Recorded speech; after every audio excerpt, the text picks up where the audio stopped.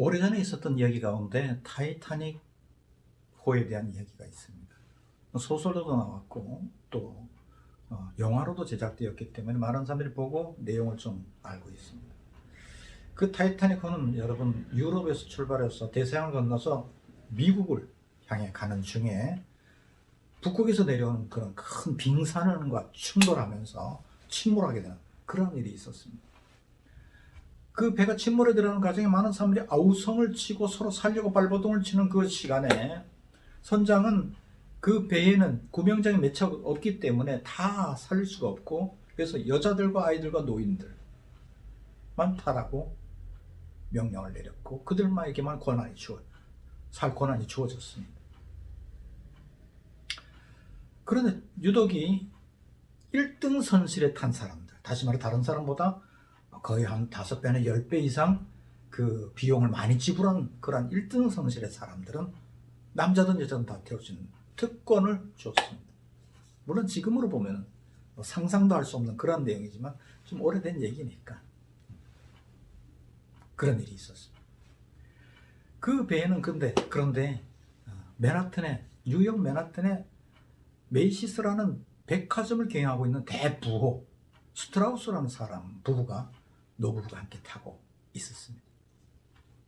자, 이 부부는 또 마찬가지로 이제 자기 부인을 데리고 그 구명정 앞으로 갔습니다. 자기 부인을 정중하게 구명정에 태우고 나선 자기는 타지 않습니다.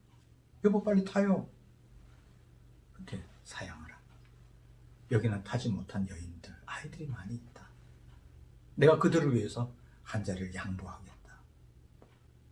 대단한 휴머니즘, 사랑입니다. 알지 못하는 사람 위해서 자기의 목숨을 희생하는 그런 모습 좀 아름답지 않습니까? 그때 잠시 주저하고 있던 부인이 그 배에서 내립니다. 그리고는 남편의 팔을 꼭 껴안으면서 당신과 나는 70평생 함께 살았는데 이제 당신이 없는 세상 나 혼자 살아갈 자신도 의미도 없다. 난 여기서 당신과 함께 내 생명을 같이 하고 싶다. 이렇게. 그리고 자기 옷을 벗어서, 모피코트를 벗어서 지금까지 자기를 도와주던 여종, 아직 젊은 여종에게 그 옷을 입혀주고, 그리고는 데리고 가서 다시 그 구명정 앞에 가서 관리자에게 내 딸이라고 얘기를 하고, 우리 대신 이 딸을 태워달라. 종은 탈 수가 없었거든요. 그 종을 태우고는 그의 목숨을 구해줍니다. 아름답지 않습니까? 왜 아름답습니까? 목숨을 건 희생이기 때문에, 목숨을 건 사랑이기 때문에, 자기 목숨을 내놓고 종에게 그 권리를 제공해주는 아름다운 모습이기 때문에 우리는 사랑에는 감동합니다. 하나님이 이렇게 우리를 사랑하셨습니다. 오늘도 하나님이 우리를 어떻게 사랑하는가 잠시 좀 얘기를 성경 본문으로 돌아가서, 여러분 오늘 요한복음 6장의 말씀은 유명한 말씀입니다. 오병이어의 사건이라고 보통 얘기를 하는데, 떡 5개, 보리떡 5개와 물고기 2마리를 가지고 5,000명을 먹였다. 교회를 안 다니는 사람 같으면 말도 안 되는 뻥이다 그러겠죠. 근데 여러분 사실 있었던 얘기입니다. 왜? 여러분 예수님의 그 행적 일대기는 마태, 마가, 누가, 요한복음 이 4개의 서신에 기록되어 있습니다. 책에 기록되어 있는데 그 가운데 이 책에서 다루고 있는 거, 마가복음에서 다루고 있는 누가복음, 요한복음 서로 좀 다릅니다. 근데 이 4개 다 기록된 거는 예수님이 탄생하셨다도 마태복음과 누가복음밖에 없습니다. 여러 가지 중요한 내용들 중에 4개의 복음서에 다 기록됐다 그러면 중요하다는 얘기고 사실이라는 얘기입니다. 정말 중요한 얘기예요. 그래서 이 오병이어의 오늘 본문의 내용은 마태, 마가, 누가, 요한복음에 다 기록되어 있습니다. 그러니까 중요하고 있었던 이야기라는 거죠. 사실이라는 거죠. 그럼 이 어마어마한 얘기 한번 우리 좀 생각해 볼까요? 예수님께서 제자들과 함께 갈릴리 바다 근처에 디베랴 광야라는 곳으로 나갔습니다. 광야는 여러분 아시는 것처럼 나무도 없고 뭐 풀 조금 있고 뭐 좀 돌하고 뭐 모래만 있는 그런 곳을 광야라 그러지 않습니까? 광야로 나갔어요. 그리고 그 광야에 나갔을 때 왜 나갔겠어요? 많은 사람이 모였을 때 거기에 복음을 전하기 위해서 갔던 거죠. 그때는 6월절이기 때문에 많은 사람이 예루살렘까지 갔다 오는 그런 이동하는, 우리로 말하면 명절이 있습니다. 그렇기 때문에 옛날에 다 걸어 다녔잖아요. 걸어갔다 걸어오는 그 사람들의 길목 정도 되지 않았겠는가, 이런 생각이 듭니다. 그래서 사람들이 많이 모입니다. 정말 실제로 얼마나 모이냐면 남자만 5,000명, 그러면은 여자까지 뭐 아이들까지 다 합치면은 거의 한 뭐 10,000명, 15,000명, 뭐 20,000명, 20,000명까지는 안 될 것 같고, 하여간 굉장히 많은 인원이 쫙. 그때 예수님께서 그들에게 설교하십니다. 하나님의 말씀을 전달하십니다. 전파하십니다. 여러분 아시는 것처럼 예수님 무슨 설교를 하셨겠어요? 뭐 이런 설교하지 않았겠어요? 공중에 나는 새를 봐라. 저 새들 뭐 별로 관심도 없죠. 우리가 볼 땐 관심도 없는 초라한 동물같이 보이지만, 그럼 하나님께서 기르시고 먹이시고 입히신다. 그래 저렇게 잘 자라요. 건강하게 날아다니잖아요. 들의 백합화를 봐라. 백합화가 여러분 아시는 것처럼 뭐 계곡이 피어있으면 사람 한 번 보면 눈길 주지 않는 그런, 그야말로 별 의미 없어 보이는 백합화 하나도 얼마나 아름다우냐. 하나님이 입히신 거다. 하물며 너희는 어떻게, 너희 하나님의 자녀들인데 너희들을 하나님께서 먹을 것, 입을 것, 마실 것, 또 기거할 것, 필요한 것 공급해 주지 않겠냐. 그러면 너희들 그런 것 때문에 걱정하지 말라. 그런 것 때문에 염려하지 말라. 무엇을 먹을까, 무엇을 마실까, 무엇을 입을까, 이런 것 때문에 염려하지 마라. 다 하나님 주신다. 이런 설교 하셨던 것 같아요. 근데 그 설교가 얼마나 은혜로웠던지 아마 저녁 해질 무렵까지 설교가 계속되었어요. 그리고 해질 무렵이 되어서 이제 제 사람들을 보냅니다. 그때까지 왜 데리고 있었는지 난 이해가 안 돼. 목적이 있었던 거지. 이유가 있었던 거지. 뭔가 하시고 싶은 얘기가 있었던 거지. 저녁 때 이제 사람들이 막 흩어지려고 웅성성한 제자들을 모았습니다. 12제자 모아가지고 그 제자들에게, 야 얘들아, 저 사람들이 지금 하루 종일 못 먹은 사람들도 있다. 먼 여행 갔다 오다 보니까 음식도 준비가 안 돼서 굶은 사람들, 저 사람들이 돌아가는 중에 기진해서 병 날까 무섭다, 혹은 사고 날까 무섭다. 너희들이 먹을 걸 좀 주어라. 이랬더라. 이거 뭐 상식적으로 있을 수 없는 얘기거든요. 제자들이 잘 들으면 무슨 말씀이신가 이랬겠죠. 왜? 여러분, 그 광야에 뭐 떡이 있어요, 뭐 상점이 있어요, 뭐가 있어요? 아무것도, 집도 없고 뭐 사람도 없는데 거기서 무슨 음식을 줄 수가 있겠, 떡을 줄 수 있겠습니까? 그때 그 제자 답변을 못하고 있을 때 예수님께서 빌립을 시험하려고, 빌립아, 이 많은 사람들에게 어디서 떡을 사서 좀 먹을 수 있게 해줄 수 있겠느냐? 이렇게 물으셨어요. 그 뭐 예수님이 얼마나 지혜로우신 분인데 그걸 몰라서 물으셨겠어요? 그 빌립에서 입에서 나오는 말을 듣고 싶었던 거겠죠. 그래서 성경에 보니까 요한복음에 그를 시험코자 함이라 이렇게 말하고 있어요. 시험하려고 했다는 거예요. 무슨 말을 듣고 싶었다는 얘기죠. 무슨 말을? 그래서 성경 그때 아마 예수님께서 이런 말씀 듣고 싶지 않았겠어요? 주는 그리스도시 살아계신 하나님의 아들입니다. 당신 주님이시라면 다 먹게 할 수 있습니다. 저는 주님을 믿습니다. 뭐 이런 말을 기대했을지 모르죠. 그런데 빌립은 그렇게 말하지 않았어요. 그리고 예수님 말씀 맞아요.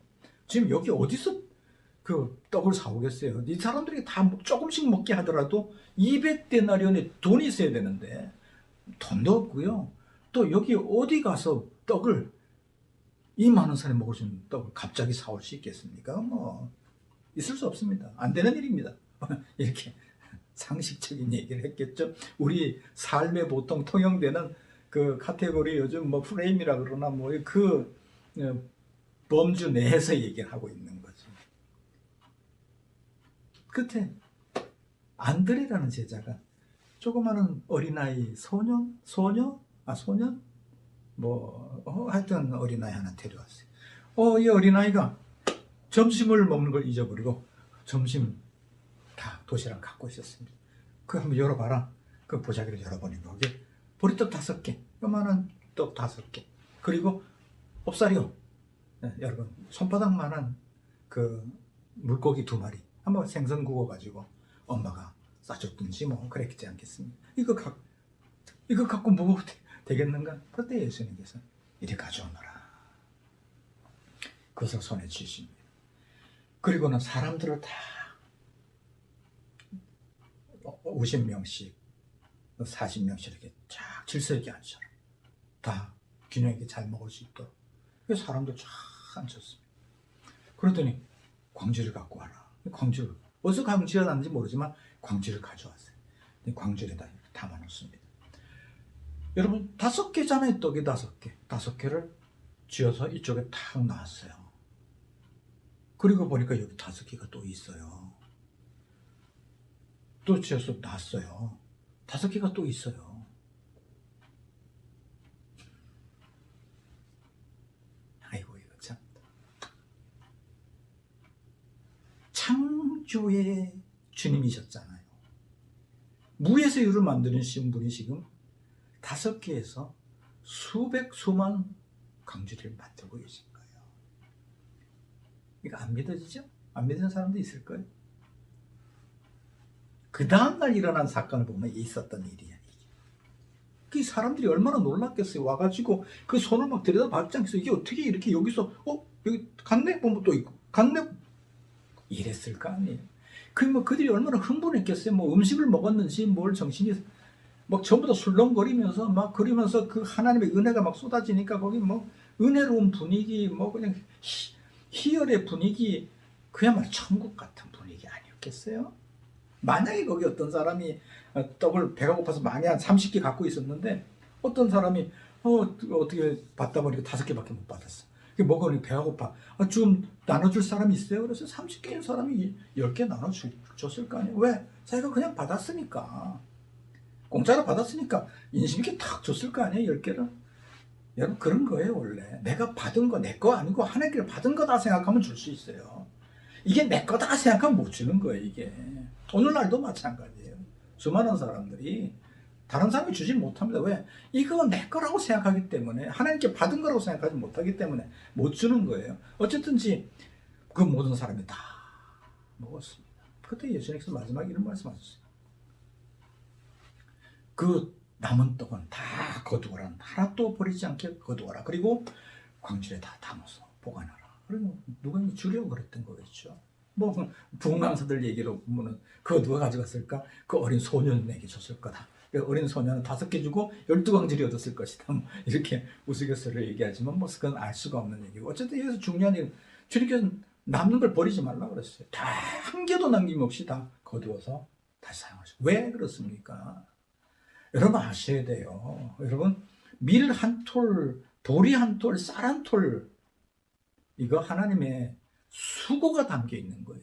하나님의 우리를 향한 배려가 담겨 있는 거예요. 하나님의 땀이 담겨 있는 거예요. 하나님 땀은 흘리지 않지만 수고하신 거예요. 하나님의 사랑이 담겨 있는 거예요. 이게 그렇기 때문에 하나님의 사랑을 버리는 게 되는 거예요. 하나님의 수고를 버리게 되는 거예요. 하나님의 관심을 버리게 되는 거예요. 버리면 안 되는 거예요. 그래서 우리는 요즘 음식을 너무 많이 버려요. 그건 안 되는 거예요. 필요한 만큼 먹을 만큼 딱 먹어. 여러분 아프리카 이런 데 굶어 죽는 사람들 얼마나 많습니까? 그건 뭐 지구촌, 우리 요즘 지구촌이라 그러잖아요. 지구촌 바로 옆 동네에서 죽는데 나는 막 배부르게 먹고 막 버리고 이런 일 하면 안 돼요. 예수님 그래서 쌀 한 톨, 그 딱 한 개도 버리지 않게 하는 거예요. 하나님 손길이거든요, 그게. 자, 그리고 나서 이제 다 흩어졌습니다. 사람들이 뭐 예수님이 그렇게 떡 5개 가지고 5,000명을 먹였으니까 가고 싶겠어요? 많은 사람들이, 그 중에 뭐 수백 명의 사람들이 예수님을 따라와서 이제 예수님을 왕으로 세우려고, 거기 그 뭐 대역죄인 될 뻔했어요. 예수님께서 거기 반란이 일어날 뻔했어요. 예수님께서 그런 거 앞장서겠어요? 하늘의 왕이신데 뭐 이 세상의 왕을 탐내서 그런 일을 하시겠어요? 그래서 예수님이 얼른 배 타고 건너편으로 건너가 버리셨어요. 아마 가버나움으로 가셨던 것 같아요. 본 동네로, 본래 동네로.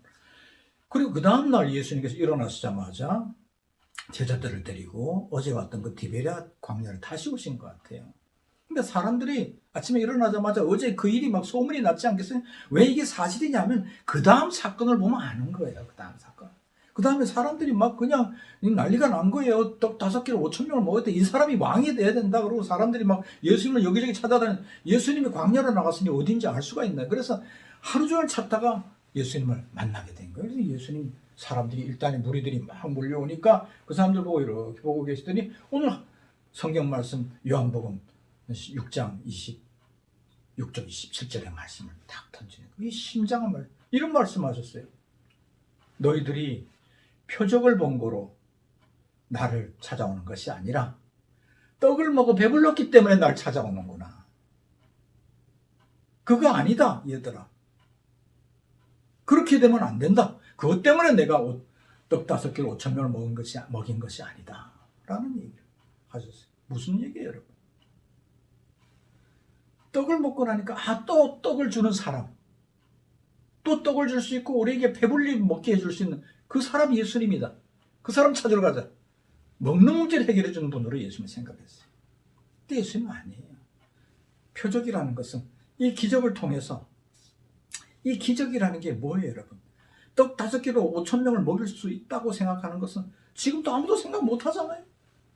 그럼 이런 일이 일어났어요.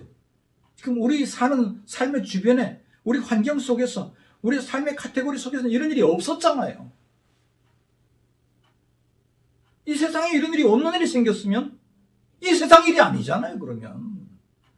그럼 주님께서 그 일을 하실 때 뭐예요? 이 세상 일이 아닌 하늘의 일이 지금 벌어졌다는 거 아니겠어요? 하늘의 일이 벌어졌을 때, 이 하늘의 일, 이 세상에서 있을 수 없는 일이 일어났을 때 그 일을 하신 분이 누군가를 봐야 될 거 아니에요? 떡에 관심을 갖지 않고 그 사람을 봐야 되잖아요. 이 사람이 누구냐? 그럼 하늘에서 온 사람이다. 그럼 하늘에 오시는 이 사람이 누구냐? 하나님이다. 그럼 이분을 통해서 하늘나라를 봐야 되고, 이분을 통해서 영생을 봐야 되고, 이분을 통해서 진리를 봐야 되고, 그래서 영적인 일로 접근해야 되는데 아직도 이 사람 먹고 떡 주는 사람으로, 배불리 먹게 해주는 사람으로만, 기적의 사람으로만 보고 있는, 그거 아니에요. 이 기적의 목적은, 이 기적을 통해서 이 세상에 없는 일이 일어났거든. 이 세상에 없는 또 다른 세상이 있다는 걸 좀 관심을 가져라, 그 얘기거든요. 그 예수님께서 그 다음에 설명을 했어요. 얘들아, 너희들은 떡 때문에 왔구나. 떡? 얼마든지 하나님 주실 수 있다. 예수님께서 떡을 주셨잖아요. 배고픈 사람도 떡을 주시는 1차적인 목적이잖아요. 배고프지 않게 해주는 거. 그 하나님의 관심의 첫 번째, 여러분들 이 사건에서 우리가 알아야 되는 것은, 하나님은 우리가 먹는 문제, 우리가 마시는 문제, 우리가 입는 문제, 우리가 기거하는 문제, 우리의 삶의 전 영역에 대해서 디테일하게 관심이 있다는 거예요. 그리고 그걸 도와주고 싶다는 거예요. 우리가 기도할 때 그 모든 부분을 뭐 그런 걸 구하니 이러면서 말씀하시는 거 아니에요. 그런 걸 세세하게 다 도와주신다는 거예요. 그렇지만 그 도와주는 손길을 느끼면서 도와주는 걸로 만족하지 말고, 그 도와주는 손길을 주시는 그 하나님을 볼 수 있어야 돼요. 그 사건과 그 기적과 그 공급 속에서 하나님의 나라를 볼 수 있어야 돼. 하나님의 진리를 볼 수 있어야 돼. 하나님의 손길을 볼 수 있어야 돼. 그래서 하나님께로 나가는 계기가 돼. 하나님을 만나는 계기가 돼. 하나님을 사랑하는 계기가 되고, 그리고 영생을 얻는 계기, 영원한 진리를 얻는 계기가 돼야 된다는 그런 말씀이에요. 말들 그런 것도 내가 관심이 있지만, 광야에서 이스라엘 백성들이 40년 동안 광야를 헤맬 때, 구약의 출애굽기에 그때 하늘에서 만나가 내려왔다. 만나가 내려왔어요. 그래서 이슬처럼 내려와가지고 땅에 가루가 돼서 있으면 그 가루를 뭐 이만큼씩 이렇게 쌓였던 것 같아요. 발목에 잠기게. 그럼 그걸 걷어가지고 밥을 지어 먹었어요. 빵을 만들어 먹었어요. 40년 동안 그랬어요. 40년 동안. 그랬지만 어떻게 됐어요? 그 사람들 다 죽었잖아요. 그래서 예수님이 하시는 말씀이, 모세가 준 만나를 먹은 사람 다 죽었지만 내가 주는 만나, 생명의 양식을 먹는 자는 영원히 죽지 않는다. 그 만나가 뭔데요? 어제 먹던 그 떡이 아니에요. 그 떡을 만들어 주시는 분을 먹어야 된다는 거예요. 그 떡을 만들어 주신 그 능력의 어떤 분, 그분을 만나야 된다는 거예요. 그게 예수님께서 자기 자신을 설명. 나는 하늘에서부터 내려온 산 떡이라. 산 떡이란 말은 뭐예요? 생명을 주는 떡이라는 거예요. 예수님을 통해서 여러분 속에 생명이 들어간다는 거예요. 예수님을 만나면 여러분 속에 여러분 영생보다 더 좋은 게 어디 있어요? 영원히 산다는데 뭐가 필요해요? 아니 안 먹어도 산다는데 뭐 먹는 걸 쌓아 놓으려고 길을 쓰고 그럴 필요가 있어요? 필요 없잖아요, 여러분. 영원히 산다는데. 영원히 사는데 뭐 코로나가 뭔 의미가 있어요, 여러분. 영원히 사는 사람 뭐 아무리 코로나 병균이 와서 찔러대봐 영원히 산다는데 우리가 죽을까봐 겁내는 거잖아요. 병 걸려 죽을까봐, 뭐 굶어 죽을까봐, 뭐 여러 가지 시련 만나서 사업 망하면 뭐 없어서 죽을까봐 겁내는 거 아니에요. 그런데 안 죽는 때잖아요, 천국 가면은. 그 영생을 주시는 하늘에서부터 내려온 산떡이라. 이 떡은 지금 떡이 아니고 예수님이 십자가에 죽었을 때 너희를 위해서 피를 흘리고 그리고 죽어가는 그 예수님의 살, 그걸 먹으라는 거예요. 여러분, 예수님의 살을 우리가 어떻게 먹어요? 예수님이 지금 뭐 다 부활 승천에서 올라갔었는데 예수님의 살을 어떻게 먹어요? 예수님의 살이란 말씀을 얘기하는 거죠. 그래서 생명의 말씀. 이 말씀이 뭐예요, 말씀? 그 사람의 가장, 예수님의 육체가 지금은 뭐 육체로 만날 수 없으니까 영으로 만날 수. 그 여러분, 그 사람의 제일 중요한 거 말씀. 말씀은 뭐예요? 그 사람의 마음이 입으로 표현되는 말씀이 되는 거예요. 그러니까 말씀의 뒤에는 마음이 있는 거, 그 사람의 영혼이 있는 거잖아요. 그러니까 말씀을 먹으라는 얘기는 그 사람을 만나라는 얘기지. 하늘에서 내려온 산떡이라는 거죠, 주님께서.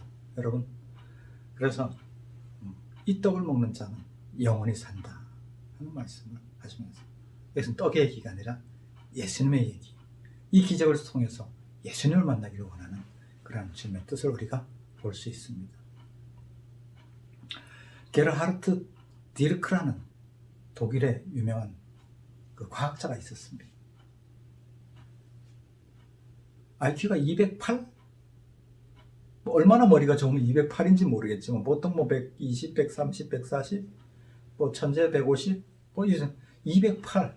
그래서 뭐 발명한 것만 해도 특화된 것만 해도 뭐 140여 가지를 이렇게 발명한 사람인데, 이 사람이 컴퓨터에도 굉장히 해박한 지식을 갖고 있고, 그런 가운데 사람의 두뇌를 만들 수 있는, 아니면 두뇌와 유사한 일부분이라도 좀 유사한 것을 만들 수 있나 하고 연구를 해봅니다. 그런데 불가능하다. 사람의 두뇌 비슷한 것도 만들 수가 없다. 그러면 두뇌뿐만 아니라 사람, 그리고 이 천하 만물 삼라만상, 이 모든 것이 저절로 있다? 이건 뭐, 그럼 그때부터 고민에 빠지기 시작했어요. 그럼 이게 어떻게 있는 것일까? 라는 고민을, 진지한 고민을 해보기 시작했어요. 그럼 결론은 창조주가 있다. 이 많은 것들이 저절로 됐다라는 것은 있을 수 없다. 좀 깊이 생각해 보십시오. 세상도 깊이 살펴보면, 좀 더 심각하고 진지하게 살펴보면 거기에는 하나님의 진리를 볼 수 있습니다. 하나님께 나아갈 수 있습니다. 오늘 이 기적의 목적은 하나님을 만나게 하기 위한 거지. 하나님의 사랑을 보게 하기 위한 거지. 그래서 하나님은 우리에게 깊은 관심을 갖고 있고, 또 우리가 필요로 하는 것들을 제공하시고 싶어 하시면서도 그러한 것들을, 이 세상의 모든 것들을 통해서 하나님을 만나는 계기가 되어야 됩니다. 여러분, 가정을 이루면서 살면 아버지가 돼서 자식을 낳고 자식을 양육하는 동안에 제일 먼저 생각하는 게 뭐예요? 여러분, 저 같은 경우는 하나님이 나를 이렇게 사랑하시고 내가 내 자식이 이렇게 이쁘고 사랑스러운데 하나님은 나를 얼마나 사랑할까? 하나님 아버지의 마음을 나에게 조금 띄워준 건데, 그 조금 띄워준 사랑이 이렇게 자식이 사랑스럽다면, 그렇다면 하나님은 우리를 얼마나 사랑하시는가 하는 것을 가정에서, 또 삶을 살아가면서 모든 삶의 여건 속에서, 만나는 사건 속에서 하나님을 경험할 수 있는 것이 세상이에요. 이 세상은 그런 의미에서 하나님을 학습하게 하는 교실인 거예요, 이게. 하나님께서 잠시 에덴 동산 이후에 이 세상에 우리가 살아가도록 놔두신 이유는 하나님을 만나게 하시기 위한 교실인 거예요. 그런데 이 세상을 근거로 해서 죄를 짓고 하나님을 등지고 하나님을 싫어하는, 하나님 질서에서 벗어난 일들을 하는 것은, 그것은 매우 어리석은 것이죠.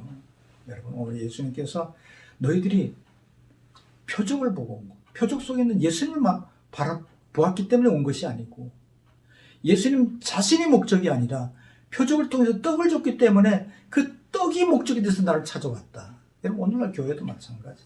많은 성도들이 여러분 하나님의 목적이 돼서 오지 않는 경우도 있습니다. 하나님을 만나고 정말 하나님을 사랑해서 온 사람들이 있죠.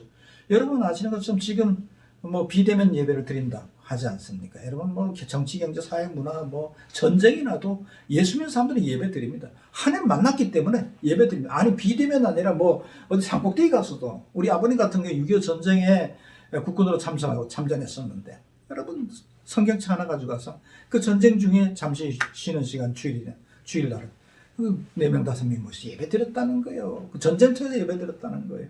예배는 우리의 의무거든요. 우리의 즐거움이거든요. 우리의 기쁨이거든요.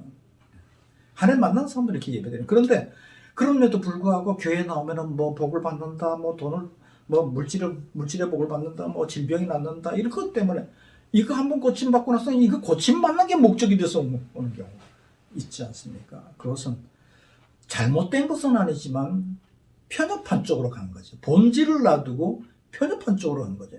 이건 본질은 아닌 것이지요.